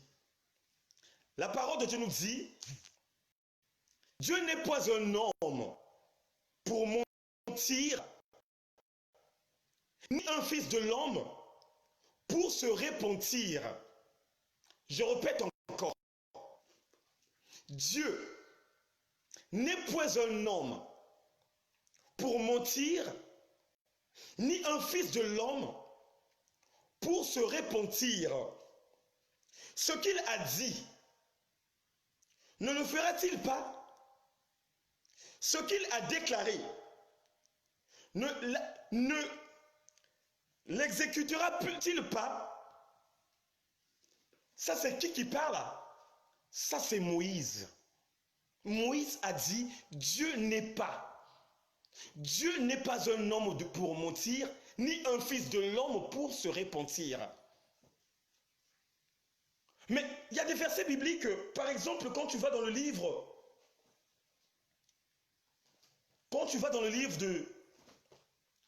de Jonas 3, verset 10, on te parle, bien-aimé dans le Seigneur, de Dieu qui s'est repenti. Mais qui a vu déjà Dieu se repentir? Qui? Puisque Moïse dit dans ce sujet que Dieu n'est pas un homme. Pourquoi Moïse dit cela? Moïse a fonctionné comme étant un véritable Dieu qui a emmené un peuple de Dieu en sortant ce peuple en Égypte pour leur emmener à la terre promise. Tout ce que Dieu dirait à son sujet, Moïse mettait en pratique. Mais il y a certains moments où Moïse voulait réellement voir ce Dieu véritable qui le conduisait. Il entendait seulement la voix de Dieu. Il entendait seulement ce que Dieu dirait. Mais il y avait un certain moment, Moïse a cherché. Il a demandé de voir Dieu. Mais quoi comme réponse que Dieu l'a répondu? Dieu l'a répondu, avec la chair humaine, tu ne peux ni me voir, puisque tu mourras. Parce que, bien aimé, il y a beaucoup de gens, je ne sais pas, qui imaginent comme étant un Dieu qui... Bien aimé, Dieu est très très puissant. Dieu est très très puissant. Imagine seulement quand tu prends le vol, quand tu montes en haut et quand tu regardes en bas, les gratte-ciel que tu voyais qui étaient aux alentours de toi, qui étaient grands, est devenu comme des miettes de pain, comme des grains de terre. Mais quand tu vois cela, tu n'imagines pas quoi comme grandeur que ton Dieu véritable en a. Quand tu vois cela, tu ne vois pas réellement que le Dieu que tu adores, le Dieu que tu expérimentes dans ta vie, le Dieu que tu exaltes dans ta vie, est un Dieu, en réalité, des choses qui est vraiment des multitudes de niveaux. Mais la Bible nous dit que c'est un Dieu qui s'est repenti. Mais qui a vu déjà Dieu se repentir? Qui? La parole de Dieu nous dit dans le livre de Jean 1 au verset 18, personne n'a jamais vu Dieu. Et cette personne qui n'a jamais vu Dieu, c'est lui qui dévoile tout cela. Moïse a demandé de voir Dieu, mais Dieu l'a dit, tu ne peux pas me voir parce que tu mourras. Et c'est là où il dit, Dieu n'est pas un homme, puisqu'il avait déjà entendu la voix de Dieu. Mais toi là où tu es, est-ce qu'aujourd'hui tu n'as jamais compris que Dieu n'est pas un homme? Il y a seulement qu'un homme qui peut se repentir de ses péchés. Dieu n'est pas un pécheur, il ne pêche point. La repentance est née de ceux qui ont tourné le dos devant l'Éternel. La repentance, c'est pour ceux des païens qui marchent selon la chair, mais Dieu ne marche pas selon la chair. Dieu ne marche pas réellement sur la chair, comme il n'est pas un homme. Et il n'est pas aussi un fils de l'homme, comme la Bible dit, le fils de l'homme, en parlant de la personne de Jésus. Jésus n'est pas le fils de l'homme. La Bible dit dans le livre de Colossiens, la Bible dit, dans le livre de Colossiens 1 au verset 15, que le Fils est l'image du Dieu invisible. Or, mais quand tu entends que le Fils est l'image du Dieu invisible, automatiquement, tu te retrouves dans la grandeur d'un Dieu que tu ne peux pas saisir. Tu retrouves cela. Qui parle de ça? L'apôtre qui parle de ça, en disant à ce peuple colossien que celui que vous cherchez voir, celui qui était dans ce monde, qui a fait la prédication, qui a emmené des captifs, qui t'a libéré dans le péché, en réalité des choses, ce n'était pas un homme, puisque au commencement était la parole. Et au commencement, il n'y avait pas des hommes, il n'y avait pas de la personnalité de Jésus, il n'y avait que l'Esprit. Et la parole était accompagnée avec son Père, puisqu'il dit, au commencement était la parole, et la parole était avec Dieu. Et la parole aussi était Dieu. C'est ça aussi qu'il mentionne au verset 18 en disant, Dieu le Fils qui est dans le sein de son Père, qu'il a fait connaître. Oh my God. Dieu le Fils. Ce soir, tu dois comprendre que le Christ, c'est Dieu le Fils. C'est pourquoi qu'il dit que mon Père est vrai. Oui, son Père est vrai, son Père existe. Mais personne, en commençant par Abraham, jusqu'à tous nos ancêtres, personne n'a jamais vu le Père.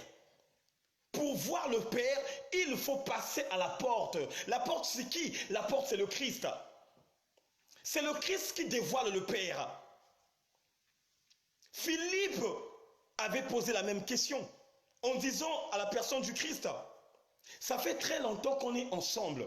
Ça fait 3 ans de cela qu'on marche ensemble. Mais où est ton Père? Mais bien aimé, je vais te faire comprendre que cette question, Pierre, Jacques et Jean ne devraient même pas penser à ça, puisque Pierre avait vu la réalité des choses. En forçant des choses, en montant des capacités en capacité, en montant de gloire en gloire, le Christ avait vu réellement que les 3 disciples avaient osé une spiritualité ose. Donc il fallait les dévoiler le secret en leur faisant monter dans une grande montagne, là où il s'est transformé, pour leur faire comprendre que la personne que vous marchez en réalité des choses, ce n'est pas un homme. Mais comme Philippe n'était pas là, comme Judas n'était pas là, tout ce monde n'était pas là, ils étaient restés en bas, eux, il fallait demander. Et c'est là où il a répondu. Philippe, ça fait très longtemps qu'on est ensemble. Tu n'as jamais vu le Père? Oh, Pierre, il était aussi à côté. Jacques, il était aussi à côté. Jean aussi, il était à côté. Mais Jean ne pouvait pas, bien aimé dans le Seigneur, poser cette question. Puisque Pierre avait même demandé à Christ de installer, bien aimé dans le Seigneur, des tentes. Un pour Élie, un pour Moïse et un pour lui-même. Mais cela n'était pas faisable puisque les autres étaient restés en bas. Et c'est là où tu vois réellement que Dieu n'est pas aussi un fils d'un homme, puisque la question aussi a été posée. La question a été posée. On va lire ça, bien aimé dans le Seigneur, dans le livre de Matthieu. On va lire dans le livre de Matthieu 16, et vous allez comprendre. Qu'est-ce que Matthieu 16 dit?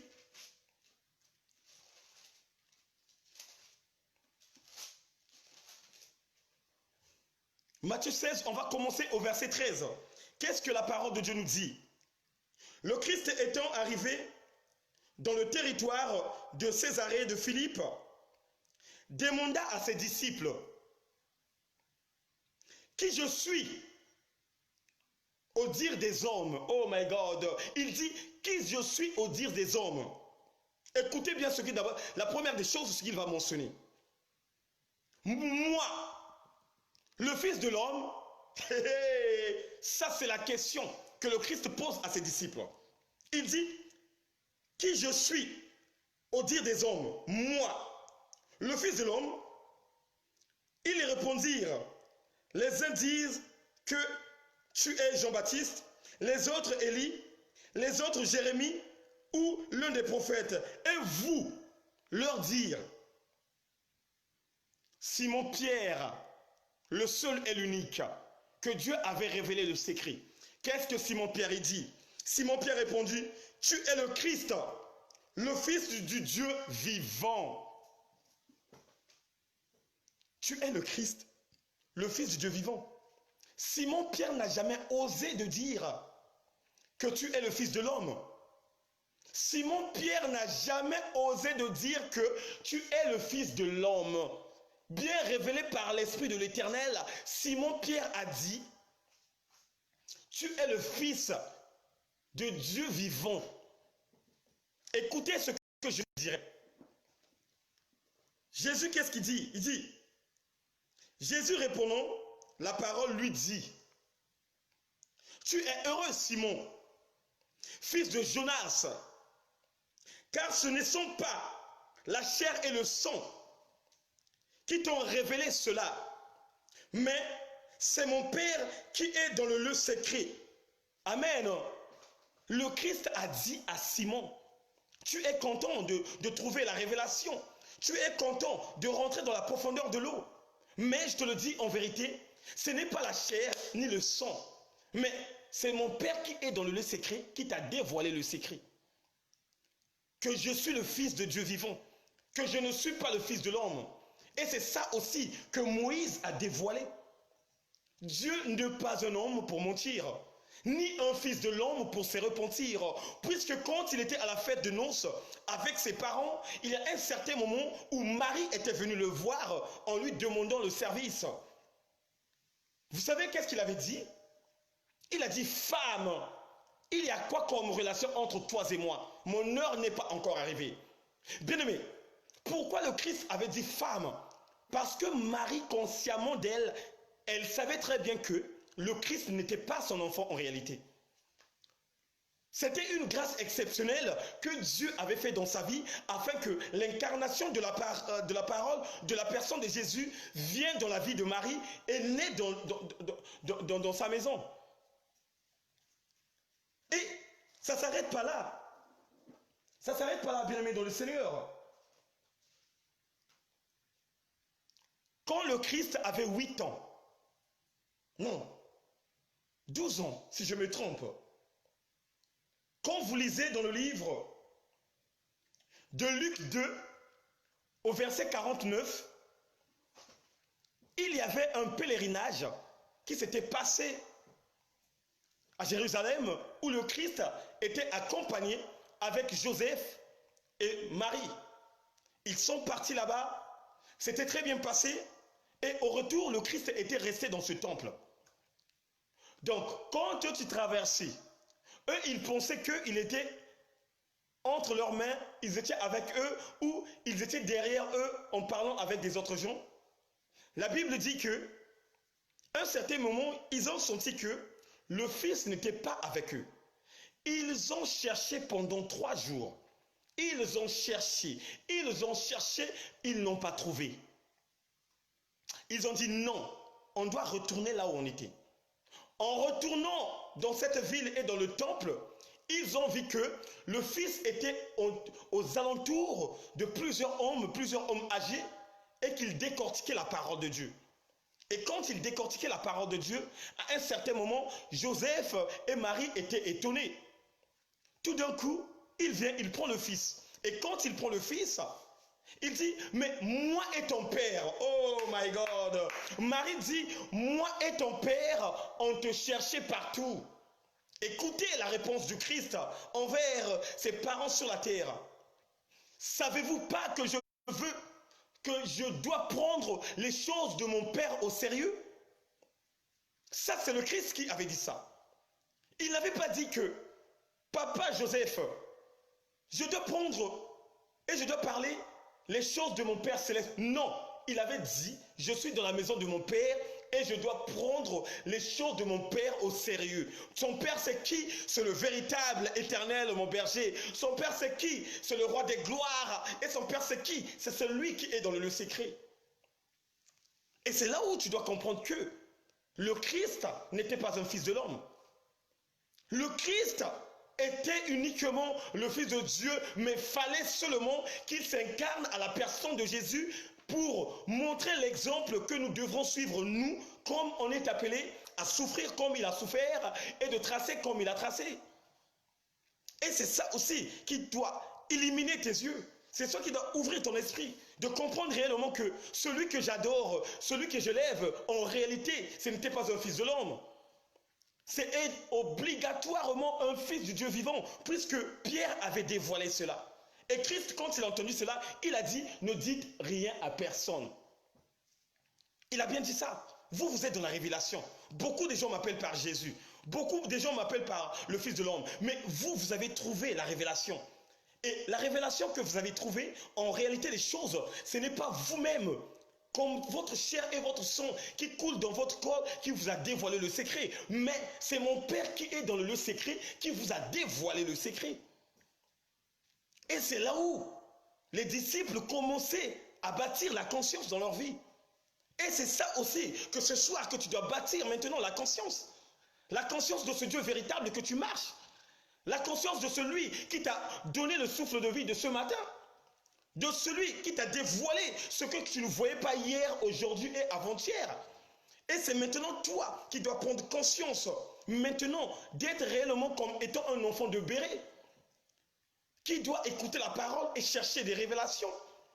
Après avoir entendu la prédication d'un homme de Dieu, tu dois rentrer aussi à ta recherche. Puisque un homme de Dieu aussi peut être dans la déviation. Puisque un homme de Dieu aussi peut dire n'importe quoi. Toi, tu dois faire quoi? Tu dois d'abord chercher ce que l'homme de Dieu a parlé dans ce verset. Ce qu'il a dit. Je rebobine encore. C'est ça. L'avantage qu'on a maintenant, on a des réseaux sociaux. Là, je suis en train de communiquer la pensée de Dieu. Quand je finirai, les archives vont rester et tu auras encore le temps d'entendre, de relire, d'écouter ce que je dis. Puisqu'il y a de ces moments que nous parlons vite, mais il y a de ces moments que nous diminuons parce que nous sommes emportés par l'esprit. Et c'est ça, bien-aimé dans le Seigneur, que tu dois mettre dans ta vie. Dieu ne se peut pas se repentir. Il n'est pas un fils de l'homme. Il n'est pas l'homme et il n'est pas né dans la chair. La repentance est faite seulement pour ceux qui n'ont pas accepté Christ comme Seigneur et Sauveur. Pour ceux qui marchent dans le péché. Quand Dieu fait la chose elle est faite et ça s'arrête là.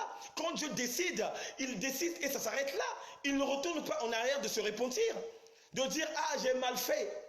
Quand il a dénombré le peuple d'Israël, quand il a éliminé tout ce peuple-là, avec le serpent de rein, il n'a pas parlé de dire, oh je me suis... Et quand il s'est répandu, il a dit ça à qui? À qui il a dit ça? Que non, je me suis repenti par rapport à tout ce qui s'est passé. Mais vous rigolez ou quoi? Vous rigolez ou quoi? Attention, faites très attention. Faites réellement très attention par la parole sainte de Dieu. Lisons avec l'ouverture de l'esprit. Demandons à Dieu qu'il nous ouvre l'esprit, que nous plongeons dans la parole. Bien-aimés dans le Seigneur, c'est ça seulement qui peut nous donner l'accès à vivre selon la loi. C'est ça seulement qui peut nous donner l'accès à marcher selon la loi. Il n'y a pas d'autre solution, bien-aimés dans le Seigneur. Tu peux aller à Havane ou bien à la Sorbonne. Tu peux aller, je ne sais pas, dans quoi comme école, là où même tu as étudié la théologie. Mais tant que tu n'as pas l'ouverture de l'esprit, tu ne connaîtras pas la profondeur de la parole. Comme l'homme de Dieu, le roi Salomon, avait senti cela, il a dit, oui, là maintenant je suis au trône de mon Père. Mais au trône de mon Père, il faut que j'accueille quelque chose qui peut me conduire avec attention et avec assurance. Et c'est en ce moment où il demande l'intelligence et la sagesse. Et quand Dieu l'a donné l'intelligence et la sagesse, c'est en ce moment où il a compris qu'il n'était rien devant Dieu. Et c'est là qu'il a dit dans le livre de Ecclésiaste 8:8, l'homme n'est pas maître de son souffle pour pouvoir le retenir. Et dans ce combat, il n'y a pas de délivrance. Quand la mort arrive, si Dieu décide qu'aujourd'hui tu vas mourir, tu vas mourir.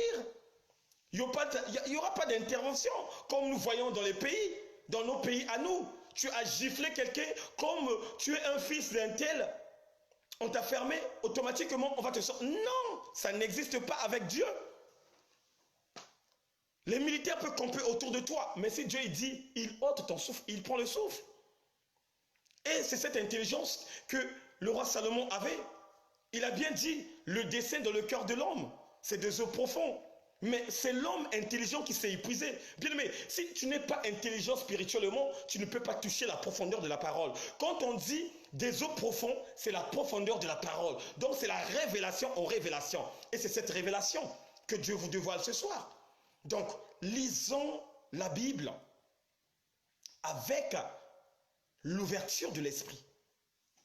Lisons la Bible avec intelligence véritable. Ne lis pas la Bible comme étant ton livre de chaque jour que tu vas te satisfaire de tes besoins. Non. Non. Je dis non. Je dis vraiment non. Cherche à connaître. Cherche à savoir. Cherche à toucher. Et quand tu serais dans ces trois dimensions que j'ai mentionnées, c'est en ce moment où tu verras que il y a beaucoup de choses dans la Bible qui n'a pas été bien mentionnées. Il y a beaucoup d'histoires qui a été façonnées, qui a été changées. Mais Dieu nous a donné les capacités de prendre ce qui est né de la vérité. Vous connaîtrez la vérité et la vérité vous affranchira. Et sachant que, pour terminer, il y a aussi quelque chose que tu dois comprendre. Dieu ne peut pas être jaloux. La parole de Dieu nous dit, toute chose a été créée par elle, rien d'être elle a été créé sans elle. Toutes les choses que vous voyez, Dieu ne peut pas être jaloux des milliardaires. C'est Dieu lui-même qui est le top, je dis. Oh, Dieu est jaloux. Dieu est jaloux de qui? Dieu n'a pas de rival. Dieu n'a jamais de rival. Dieu n'a jamais eu de rivalité. Quel rival de Dieu que tu connais, toi, mon frère? Quel rival de Dieu que tu as connu? Il nous a donné l'opportunité même de se repentir comme étant des pécheurs. Bon, quel rival? Quel rival? Même, il y a quelque chose aussi que le monde ne sait pas. Quand il nous a dit de se repentir, nous, les enfants de Dieu, je dis bien tous les enfants de Dieu, même Satan fait partie. Puisque Satan, en réalité, c'est l'enfant de Dieu aussi. C'est le premier ange que Dieu a créé. Si tu ne le savais pas, bien-aimé, la repentance est née pour tout le monde, mais Dieu ne peut pas se repentir. Jamais. Il habite dans la sanctification. Il habite dans la pureté. Là où est Dieu, il n'y a que la pureté qui règne là. La parole de Dieu nous dit, il est blanc comme la neige. Il est blanc comme la neige. C'est le Dieu de la lumière. C'est une lumière éclatante. C'est une lumière qui éclaire, qui t'a éclairé, qui a éclairé ta vie. Puisque tu étais dans le sombre, puisque tu étais dans le noir, cette lumière a illuminé ta vie. Et tu me parles de ce Dieu qui est jaloux? Toi qui as tué, toi qui as empoisonné, toi qui as mal parlé ta soeur, toi qui as mal parlé ta mère. Mais avec l'amour et la compassion de Dieu, il a éliminé ta vie, il t'a donné le pardon, il a envoyé son seul fils pour venir te délivrer. Et tu viens, tu prends la Bible, dans la Bible on te mentionne que Dieu est jaloux. Il est jaloux de qui? Quel rival a Dieu? Dieu n'a pas de rivalité. Il n'y a que l'homme qui est né de la chair qui a la rivalité. Surtout ceux qui n'ont pas connu Dieu. Surtout ceux qui n'ont pas accepté Christ comme Seigneur et Sauveur. C'est ceux qui sont dans la rivalité. Oh, yake mbandamunu. Oh, yake mbandamunu. Oh, yake baska na bakalamunu. Oui. Oh, parce que elle a porté du goutti, moi aussi je vais mettre du goutti. Oh, elle a porté du soumonglaire, moi aussi je vais mettre du soumonglaire. Vous allez vivre ça à la fête. Benkezaba. Ça c'est la réaction de l'homme. C'est ça qu'on appelle par la rivalité. Eux là-bas, ils ont mis des Yoji Yamamoto. Nous ici, on va mettre de Marité François Joubon. Oui, ça c'est la rivalité. Mais Dieu ne connaît pas ça, bien-aimé. Je vais encore te décourager ce soir. Le découragement de ce soir que tu vas recevoir, tu vas ressentir que oui, ce n'est que la vérité, puisque la parole de Dieu nous dit que la vérité vous a franchi maintenant. L'habit que tu portes, les habits que tu portes, est né des mensonges. L'habit que nous portons, nous tous, est né de mensonges. Puisque c'est Satan qui était à l'intérieur du serpent. Quel serpent? Le serpent ancien, là, qui avait communiqué le mensonge à la femme afin que la femme touche ce fruit qui était interdit à manger pour la donner à l'homme et que l'homme aussi qu'il tombe dans le niveau bas inférieur de la terre. Et quand l'homme est tombé, c'est en ce moment où l'idée est venue d'être couturier. Dieu n'est pas styliste. Dieu n'est pas modéliste. Dieu ne connaît pas ça. Comme les païens disent, oh non, à cette époque même, Jésus portait des tuniques. Oui, il portait ces tuniques, mais il n'était pas sapeur. Il n'était pas sapeur. Eh oui, il n'était pas sapeur, le Christ. Il était venu pour bombarder la parole. Donc c'est pourquoi, si cela, bien-aimé dans le Seigneur, tu la mets en tête que notre Dieu véritable était styliste, bien-aimé, c'est en ce moment où tu dois enlever ça. C'est en ce moment que tu dois sortir dans le mensonge. C'est là où tu dois sortir dans le mensonge. Puisqu'il nous a dit dans la ville, dans sa ville, dans son pays, rien de mensonge ni d'impur qui rentrera. Rien. Donc voilà pourquoi, lisons la Bible avec intelligence. Lisons la Bible avec l'ouverture de l'esprit. Ne lisons pas la Bible comme étant un roman que tu lis pour aborder à ta femme des paroles bénies, des paroles amoureuses. Non. La Bible est un livre réfléchi, est un livre de respect, un tel livre qui te donne une bonne éducation, est un livre de sagesse et d'intelligence, est un livre de la droiture. C'est pourquoi j'appelle à tous mes frères, que ce soit au Maroc, que ce soit au Congo-Brazzaville, que ce soit au Congo-Kinshasa, que ce soit ici en France, en Belgique, aux États-Unis, en Australie, en Russie, en Nicaragua, je ne sais pas d'où. Lisons la Bible avec l'ouverture de l'esprit, avec conscience et avec détermination. Et c'est en ce moment où Dieu va commencer à éliminer tes yeux surnaturels. Amen. Donc voilà, bien-aimés dans le Seigneur, je m'arrête là de ce que Dieu m'a ordonné de vous communiquer. Et maintenant, c'est à vous maintenant de relire ce qu'on a lu ce soir, de voir, de regarder si c'est vrai ou si ce n'est pas vrai. Et cela te permettra de te donner réellement une véritable intelligence, de rentrer dans les révélations. Donc voilà, je m'arrête là. On va prier et on va clôturer.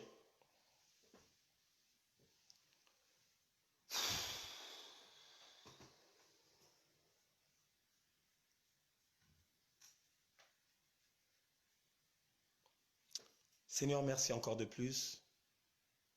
Merci Seigneur, mon Dieu, mon roi Père, pour tout ce que tu as dévoilé. Je te remercie parce que tu nous as bien conduits et tu nous as fait comprendre des choses tellement que c'était bon. Continue encore à nous ouvrir l'esprit, de lire la Bible et de voir réellement là où, Seigneur, opère que les choses, que l'histoire a été falsifiée. Montre-nous encore, Seigneur, ô Père, afin que toi-même tu puisses nous montrer dans toute histoire, là où réellement que tu as bien parlé. Nous voulons que la vérité, puisque c'est toi qui es la vérité. Ton peuple veut que la vérité, puisque c'est toi qui es la vérité. C'est pour cela, Seigneur mon Dieu, mon roi, que tu nous as dit que la vérité vous affranchira. Que cette vérité nous affranchit pour que nous soyons, Seigneur, ô Père, les hommes de vérité et que nous sortons de la servitude du diable. L'honneur, la louange et la gloire te soient rendus. Seigneur, nous abandonnons toute cette soirée entre tes mains puissantes, que tu puisses encore surabonder, afin que toute âme forgée contre nous soit nulle et sans effet. Je déclare à toi, mon Père, une pluie de bénédictions dans toutes les maisons de mes frères et sœurs, là où ils se trouvent, Seigneur, ô Père, que ta main puissante établit en réalité leur vie et leur détermination. L'honneur, la louange et la gloire te soient rendus. Dans le nom puissant du Seigneur, nous avons ainsi prié. Amen. Donc voilà, bien-aimés dans le Seigneur, on s'arrête là. Rendez-vous vendredi, toujours à 22h, où on va encore parler puissamment des choses que Dieu va encore nous ordonner. Et je sais que par son amour et par sa fidélité, il va encore nous combler de joie, de nous emmener dans une autre dimension élevée, de comprendre réellement quoi comme volonté, quoi comme grâce qu'il va encore nous faire, comme étant des enfants fidèles à sa parole, fidèles à la marche et rester toujours dans la gloire. Donc voilà, je vous salue, je salue ma sœur Flavia O'Haro, que Dieu te bénisse. Je salue mon frère André Mapiata, que Dieu te bénisse. Je salue ma petite sœur de cœur, Princilia Grace O'Haro, là où tu es réellement une pluie vraiment de la bénédiction. Que Dieu te bénisse. Je salue ma sœur Grace Mouinas depuis Lyon. Vraiment que la ville de Lyon soit comblée de joie, une bénédiction, et que Dieu le Père Tout-Puissant règne encore dans votre vie. Je salue la famille Bombi. Dolly Bombi, ma petite sœur de cœur, je t'aime beaucoup. Que Dieu te bénisse. Grâce Bombi, Pagiamounou, Nzambi Vanange vraiment, Nzambi Protégenge, que Dieu te bénisse. Je salue encore ma sœur Flora, vraiment, paix, vraiment paix et courage dans le ministère qui te suit, puisque je sais il y aura un moment où tu vas décortiquer les choses au temps convenable. Mais sois seulement fidèle à la parole et tu verras que la parole changera réellement ta situation de vie. Donc voilà. Maintenant, c'est la page. Donc, quand tu sais que vendredi, il est 2h pile, il est l'heure, sache que moi, je suis déjà connecté dans la page. Donc, ne cherche pas, parce que la notification là, avec mon téléphone là, ça me fatigue. Il faut que je change le téléphone aussi. Ouais. Quand on change de niveau, il faut que les choses aussi changent. Donc, petit à petit, Dieu va encore nous donner encore cette grâce exceptionnelle qu'on va encore monter de puissance. Donc, 22h. Invitez les gens, invitez. Dieu vous bénira et il y aura beaucoup de choses qui vont se passer dans notre vie. Préparons notre vie, bien-aimés. Je dis bien et je déclare bien, préparons notre vie. Chacun de nous ne sait pas l'heure, la date ni le jour où Dieu viendrait ôter son souffle. Tu peux être en bonne santé, mais Dieu décide. Tu peux être en bonne santé, mais Dieu décide. C'est pourquoi nous voyons que on t'appelle qu'il y a un tel qui est mort, on fait l'autopsie, il n'y a rien. Oui, c'est Dieu qui a décidé. Donc voilà, bien-aimés dans le Seigneur, restons fidèles, restons accrochés. Accrochés à qui? À l'Éternel des armées. Donc vraiment, ma tonne, merci beaucoup. Je vous fais des gros bisous. À vendredi à 22h. Salut.